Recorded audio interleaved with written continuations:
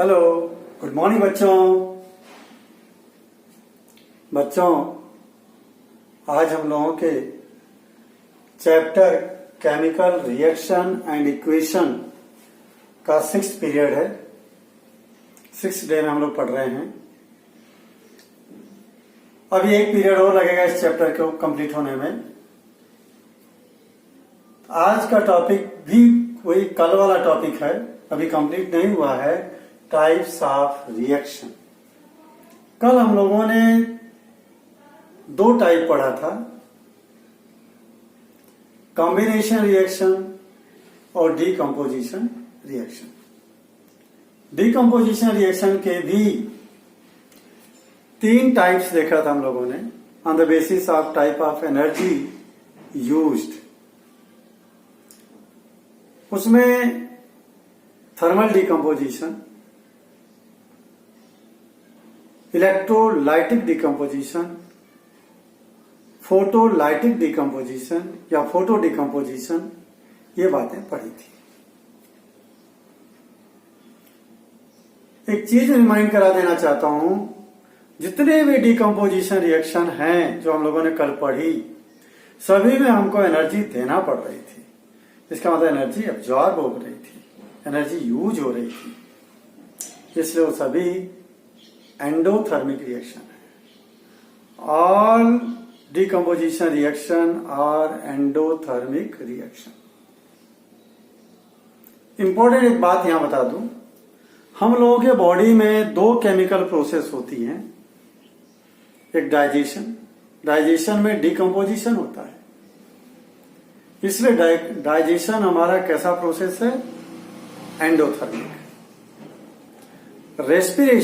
Respiration में energy बाहर निकलती है। रेस्पिरेशन प्रोसेस के दौरान हमको एनर्जी मिलती है जिससे हम काम करते हैं, इसलिए रेस्पिरेशन एक्सोथर्मिक रिएक्शन है। ये टॉपिक कंप्लीट होने के बाद हमारा 3rd टाइप आ रहा है, that is the displacement reaction. कौन सी? डिस्प्लेसमेंट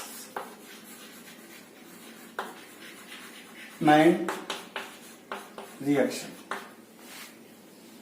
लेकिन बच्चों, डिस्प्लेसमेंट रिएक्शन समझने से पहले ये रिएक्शन तभी समझ में आएगी आपको जब आप रिएक्टिविटी सीरीज समझ लेंगे, तब आपको डिस्प्लेसमेंट रिएक्शन समझ में आएगी, तब आपको इजी लगेगी। हम लोग एक मेटल की सीरीज बनाते हैं, उसको हम कहते हैं रिएक्टिविटी सीरीज और एक्टिविटी सीरीज। उसमें जो मेटल हम लेंगे वो केवल वही मेटल लेंगे जो हमारे डेली लाइफ में यूज में आते हैं, हमारी लेबोरेटरी में यूज में आते हैं। उन्हीं मेटल्स की हम लोग सीरीज बनाएंगे। इसमें सबसे पहले टॉप में हम रखते हैं potassium, then sodium, then calcium, then magnesium, then aluminium, zinc, iron, tin, lead, hydrogen, copper, silver and gold. AU for gold. तो बच्चों, potassium, K for potassium, Na for sodium, Ca for calcium, Mg for magnesium, Al for aluminium, Zn for zinc, Fe for iron, Sn for tin, Pb for lead, H for hydrogen, Cu for copper, Ag for silver, Au for gold. ये इतने metals की हमने reactivity series बनाई। इसको बोलते हैं हम लोग रिएक्टिविटी सीरीज।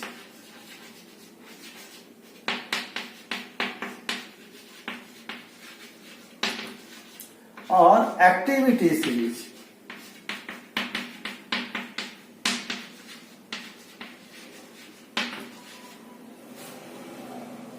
इसमें सबसे जो टॉप में मेटल है, this is the most reactive metal. और जो सबसे नीचे है this is the least reactive metal, सबसे कम।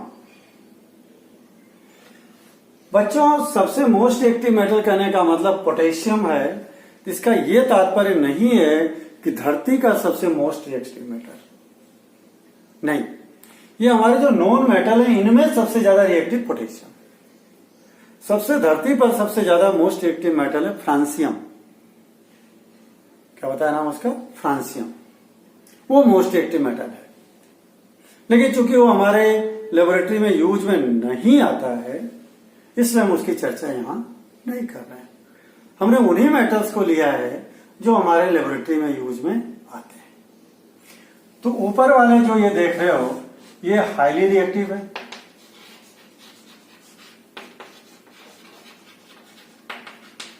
और जो नीचे वाले ये देख रहे हो ये लिस्ट रिएक्टिव है, और जो बीच वाले हैं ये मॉडरेट रिएक्टिव है।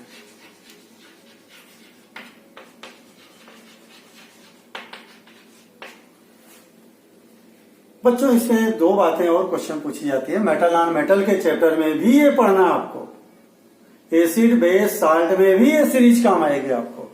इसलिए मेरी रिक्वेस्ट आप लोगों से है इस रिएक्टिविटी सीरीज को लर्न कर लें पूरी तरह से, बार बार प्रैक्टिस करें, लिख लिख करके एकदम तैयार हो जाए, ताकि तीनों चैप्टर में आपको समझने में इजी पड़े, आसान पड़े। बगैर इसके तीनों लेसन कंप्लीट नहीं होंगे। अब जो बात कर रहा था मैं, हाईली रिएक्टिव है, इसलिए ये जो मेटल है नेचर में फ्री स्टेट में नहीं है। कैसे? ये कंपाउंड स्टेट में। किस स्टेट में है ये? Found in compound state, found in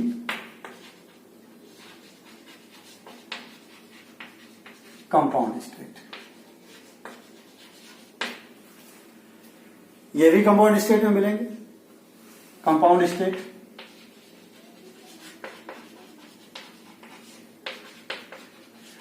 लेकिन ये जो नीचे वाले हैं, ये वाले, ये फ्री स्टेट में मिलते हैं।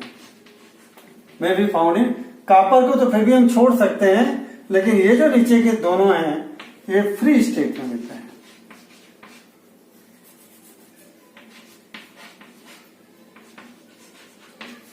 फ्री स्टेट का मतलब है noble state, not combined with other element.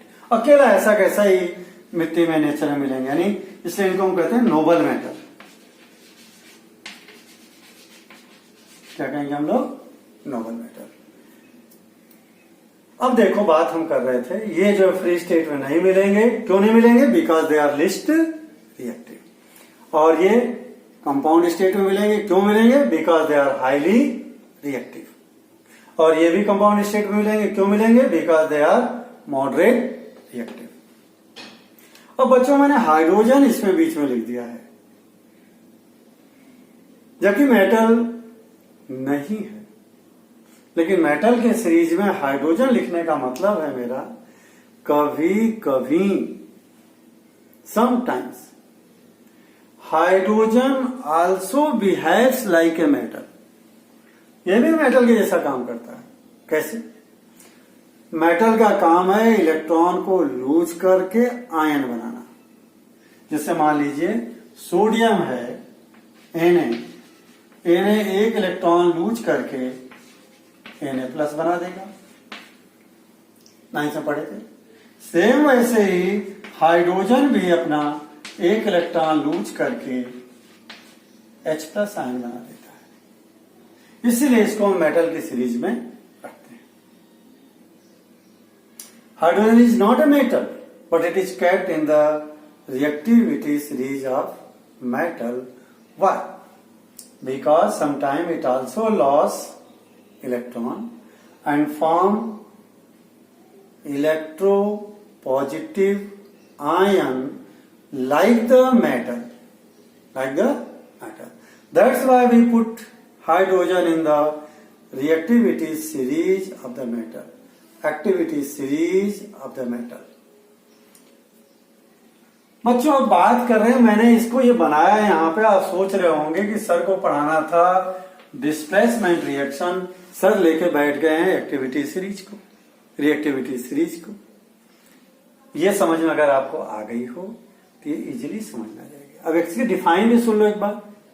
Series of matter, series of matter in which top metals are more reactive and bottom metals are least reactive and middle metals are moderate reactive is called reactivity series of metal. या ऐसे भी बोल सकते हैं इसको, series of metal in which metals are arranged in the decreasing order of reactivity is called reactivity series of the metal. फिर से सुने, सीरीज ऑफ, किसकी सीरीज है ये? मैटर की series of matter in which metals are arranged. देखिए metals को arrange किया है, किस बेस पर अरेंज किया है? On the basis of decreasing their reactivity. इनकी रिएक्टिविटी डिक्रीज हो रही है ऊपर से नीचे। This series is known as reactivity series of matter. Reactivity series of metal के बारे में कई सारे आपको बता दी बातें मैंने आपको।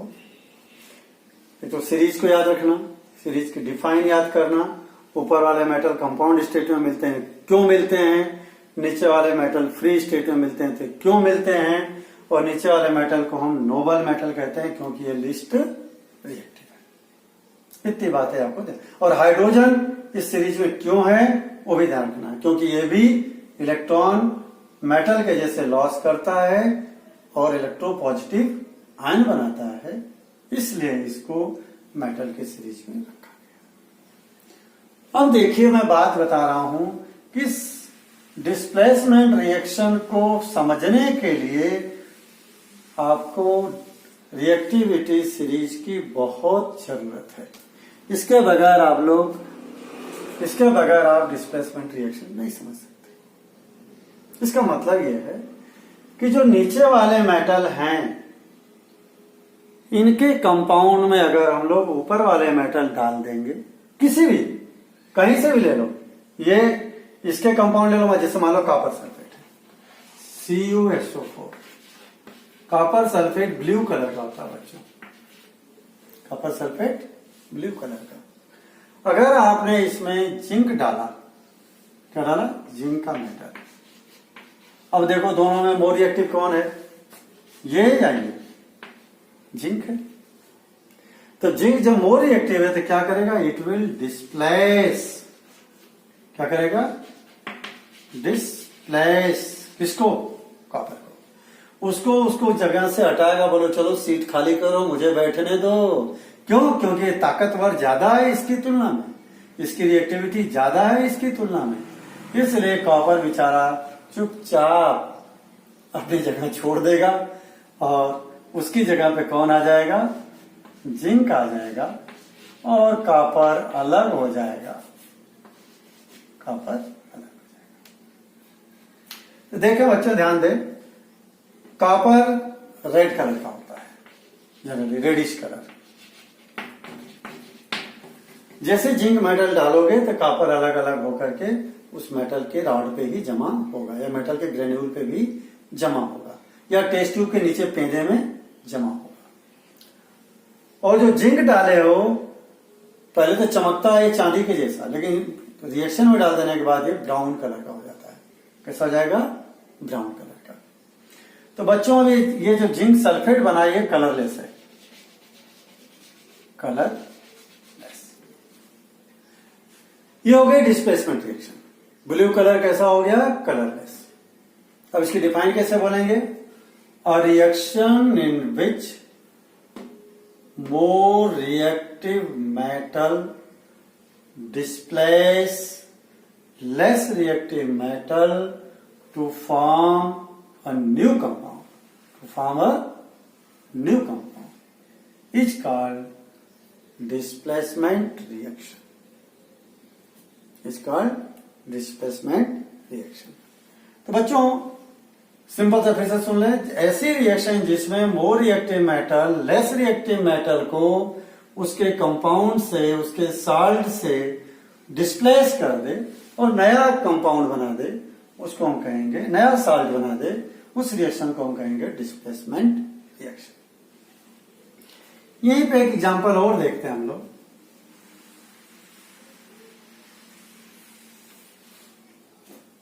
कॉपर सल्फेट ही ले लें, CuSO4 ब्लू कलर का। इसमें अगर लोहे की कील डाल दें, आयरन डाल दें, तो आयरन भी देखो कहाँ है, ऊपर है, ये रहा, फिर आयरन। कॉपर कहाँ है, यहाँ है। अब कौन मोर रिएक्टिव है, आयरन। तो आयरन जो मोर रिएक्टिव, इसलिए कॉपर को डिस्प्लेस कर देगा और बन जाएगा iron sulphate plus copper. Iron sulphate का कलर ग्रीनिश। तो धीरे धीरे धीरे जो ब्लू कलर है सॉल्यूशन का, उसमें आयरन डालने से धीरे धीरे धीरे धीरे धीरे चेंज होते होते कैसा बन जाएगा, ग्रीनिश कलर। ये हम लोगों ने बात किया कि डिस्प्लेसमेंट रिएक्शन में more reactive metal less reactive metal को डिस्प्लेस कर। अगर एग्जाम में कभी ऐसे पूछ ले, why blue colour change into green colour when we put iron in the copper sulphate, तब आप क्या लिखोगे? ये बात जरूर लिखना सबसे पहले। कौन सी? Because iron is more reactive than copper. ये सेंटेंस जरूरी है लिखना। इसमें बताना है आयरन कॉपर से मोर रिएक्टिव है, so it will displace the copper and form iron sulphate which is green in colour. तब जाके बात बन जाएगी आपकी। बच्चों यहां पे क्वेश्चन बताऊं, मैं कई बार पूछा गया एग्जाम में कि एल्यूमिनियम के बर्तन में अगर हम लोग अचार रखते हैं, पिकल्स, तो क्या होगा? एल्यूमिनियम के बर्तन में पिकल्स रख दें, आयरन के बर्तन में पिकल्स रख दें, ठीक है, तब क्या होगा? अब देखो पिकल्स यानी उसमें एसिड है, खाने वाले एसिड, ठीक है, और एसिड है यानी एसिड में हाइड्रोजन होगा। एसिड यानी एसिड में, मैं कोई एक एसिड लेके सामान्य बता देता हूं, मान लीजिए HCl, हाइड्रोक्लोरिक एसिड। और अगर इसको आपने एल्यूमिनियम के बर्तन में रखा, तो आप देखिए खाने वाले एसिड में भी हाइड्रोजन होगा। तभी मैं उसकी चर्चा नहीं कर रहा हूं, खाने वाले एसिड का फार्मूला नहीं दे रहा हूं, क्योंकि जब तक आप कार्बन कंपाउंड नहीं समझोगे तो एसिड के बारे में आप लोग जानना नहीं जान पाओगे। इसलिए एसिड ले लिया, इसमें भी हाइड्रोजन है, वहां भी हाइड्रोजन होगा।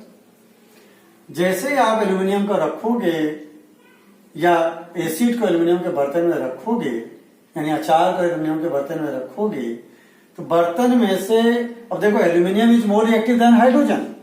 देखिए ये एल्यूमिनियम और ये हाइड्रोजन, ये मोर रिएक्टिव, ये लेस रिएक्टिव। तो बर्तन में से एल्यूमिनियम निकल करके आएगा और हाइड्रोजन को डिस्प्लेस करेगा और बना देगा aluminium chloride plus hydrogen gas निकलेगी बाहर, ठीक है। एल्यूमिनियम क्लोराइड का मतलब हो गया कि आपको कम से कम 3 यहां चाहिए, तो 3 तो फिर पाओगे 6 लिख लो, 2 यहां पे 2, यहां पे 3। यानी कहने का मतलब एल्यूमिनियम क्लोराइड बन जाएगा और हाइड्रोजन गैस निकलेगी। बर्तन में क्या होगा? जब बर्तन के दीवार में से एल्यूमिनियम निकल के आएगा तो क्या हो जाएगा बर्तन में? There will be hole in the vessel of aluminium. Same यही बात होगी जब एल्यूमिनियम के बर्तन में अगर आप पिक्कल रख दोगे। In the pickles acid is present, so the aluminum will come out from the aluminum vessel and displace the hydrogen of the acid to form the salt and hydrogen gas. In this way, hole is formed in the vessel of aluminum. Aluminium के vessel में क्या हो जाएंगे? छेद हो जाएंगे, क्योंकि उसमें से एल्यूमिनियम के आइटम निकल करके आ रहे हैं और पिक्कल में प्रेजेंट एसिड से रिएक्शन कर रहे हैं। ये बच्चों डिस्प्लेसमेंट के रिएक्शन के बारे में बात हो गई हमारी। अब जो बात हम करेंगे, 3 एग्जाम्पल दिया मैंने, तीनों को आप अच्छे से याद करेंगे। अब जो बात मैं करूंगा वह है डबल डिस्प्लेसमेंट रिएक्शन। कौन सी? Double displacement reaction.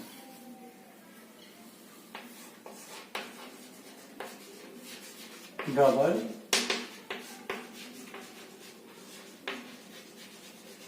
Displacement.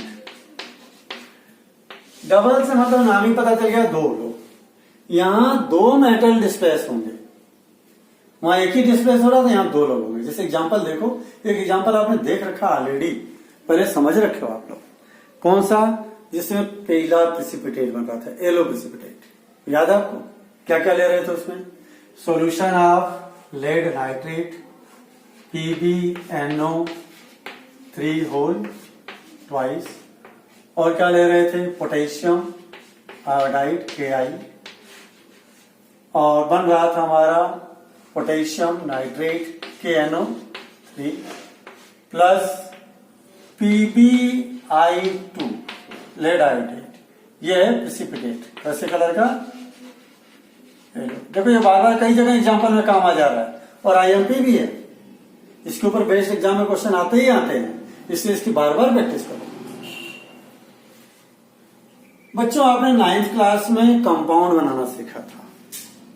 Ion को, प्लस आयन माइनस आयन की वैलेंसी को ट्रांसफर कर रहे थे, क्या बन रहा था? कंपाउंड। प्लस आयन और माइनस आयन के वैलेंसी को ट्रांसफर कर रहे थे, क्या बन रहा था?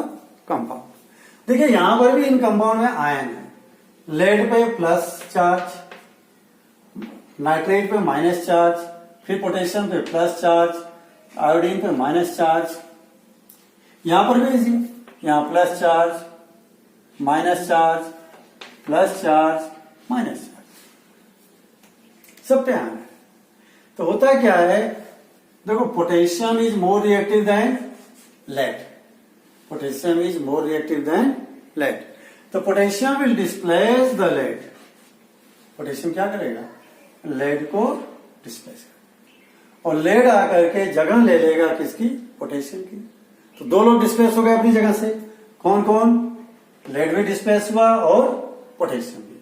इसने इसको हटाया और ये इसकी खाली जगह पे आगे लग गया।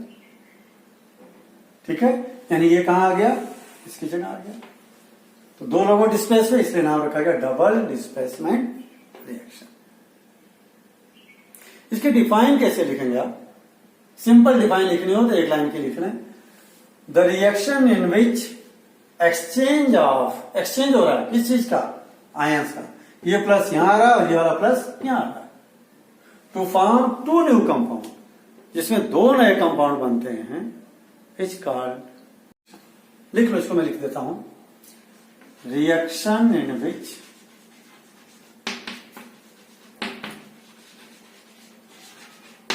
exchange of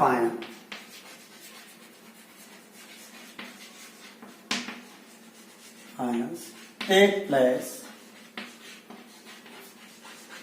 to form 2 new compound.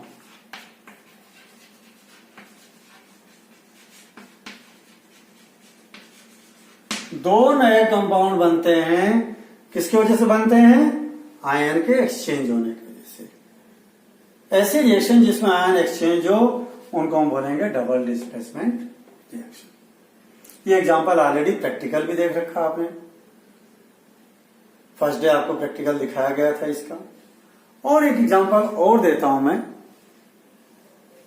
उसका एग्जांपल, उसका एक्सपेरिमेंट आपको दिखा दूंगा। 2 एग्जांपल हम लोग और समझेंगे इसका।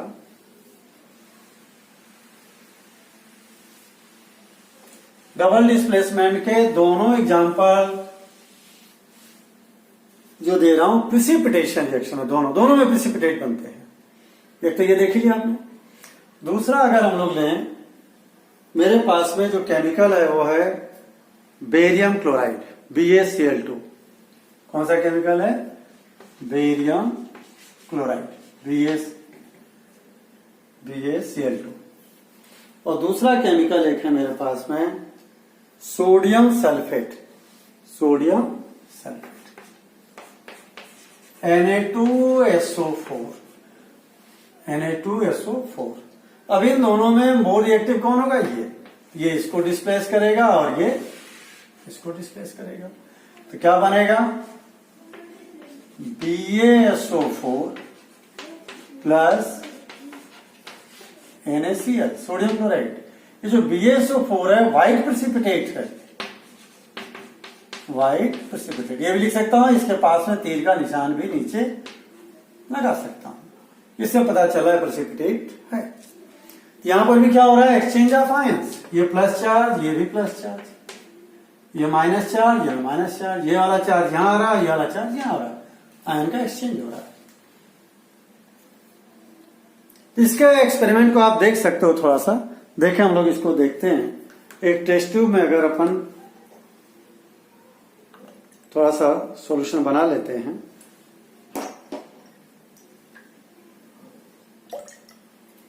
अब इन दोनों में हम लोग थोड़ा थोड़ा केमिकल डाल दें। ये मेरे पास में बेरियम क्लोराइड,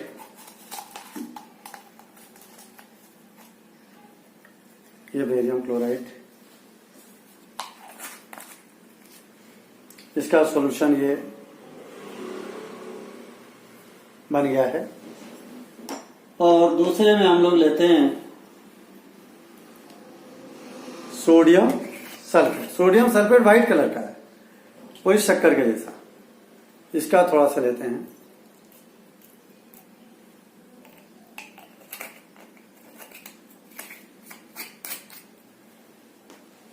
देखिए ये हमारा बन गया सोडियम सल्फेट का सॉल्यूशन, और ये बन गया मेरे पास में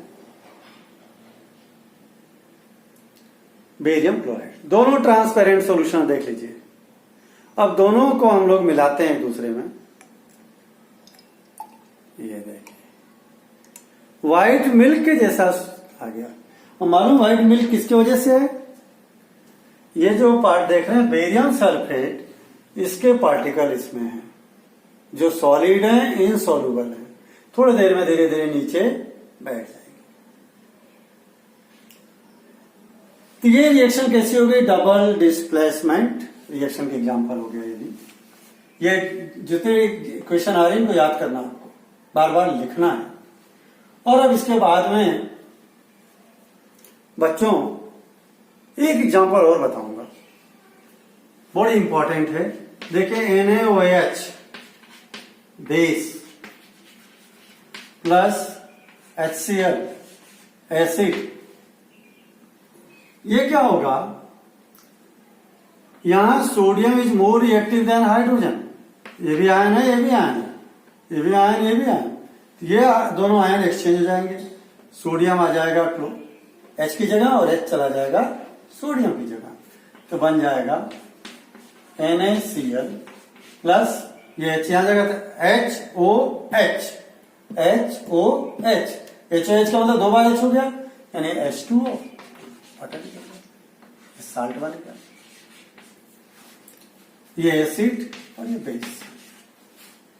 reaction between acid and base to form salt and water is called neutralisation reaction. इसको हम कहते हैं neutralisation reaction.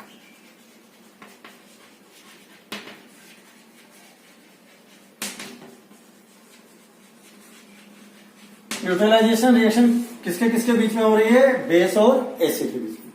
Reaction between acid and base to form salt and water. Reaction between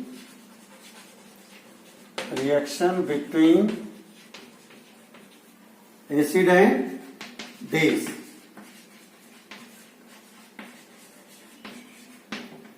two form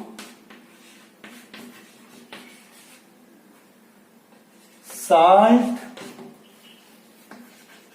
and water is called neutralization reaction। तो neutralisation reaction भी example है किसका? Double displacement का। तो देखिए प्रिसिपिटेशन रिएक्शन ये भी हो गई, और पीले कलर वाली भी प्रिसिपिटेशन रिएक्शन थी। तो precipitation reaction and neutralisation reaction में भी कंपल्सरी नहीं है, मे बी लगाया मैंने, maybe double displacement reaction. तो प्रेसिपिटेशन रिएक्शन तो दो दे देंगे, एक ये और एक लेट वाली। और न्यूट्रलाइजेशन रिएक्शन, ये दोनों, ये भी न्यूट्रलाइजेशन रिएक्शन का एग्जांपल हो गया। ये दोनों कैसी हैं? डबल डिस्प्लेसमेंट रिएक्शन है, डबल डिस्प्लेसमेंट रिएक्शन है। तो बच्चों हम लोगों ने डबल डिस्प्लेसमेंट की बात किया आज, और डिस्प्लेसमेंट रिएक्शन की बात किया। डिस्प्लेसमेंट रिएक्शन में मैंने आपको 3 एग्जांपल दिए थे। कितने? 3। तीनों की थोड़ा प्रैक्टिस करेंगे आप लोग बार बार। डबल डिस्प्लेसमेंट में मैंने यहां पर भी 3 एग्जांपल दिया। 3 एग्जांपल में एक तो व्हाइट प्रेसिपिटेट का, पहला था येलो प्रेसिपिटेट का, और तीसरा है न्यूट्रलाइजेशन रिएक्शन का, जिसमें एसिड और बेस दोनों रिएक्शन करके एक दूसरे को न्यूट्रल कर दे रहे हैं, एक दूसरे को न्यूट्रल कर दे रहे हैं, उनका इफेक्ट खत्म हो जा रहा है, इसलिए वो कहला रही रिएक्शन न्यूट्रलाइजेशन रिएक्शन। कोई भी न्यूट्रलाइजेशन रिएक्शन होगी, कोई भी एसिड कोई भी बेस रिएक्शन करेंगे, they will always form salt and water. हमेशा वो क्या बनाएंगे? साल्ट और वाटर। आज हमारा ये टॉपिक कंप्लीट होता है। कौन सा? टाइप्स ऑफ रिएक्शन में भी एक बचा हुआ है। अभी 2 एक दिन पढ़ा हम लोगों ने, 2 एक दिन पढ़ा। अभी एक टॉपिक और बचा हुआ है, that is the redox reaction. Redox reaction को हम लोग कल देखेंगे।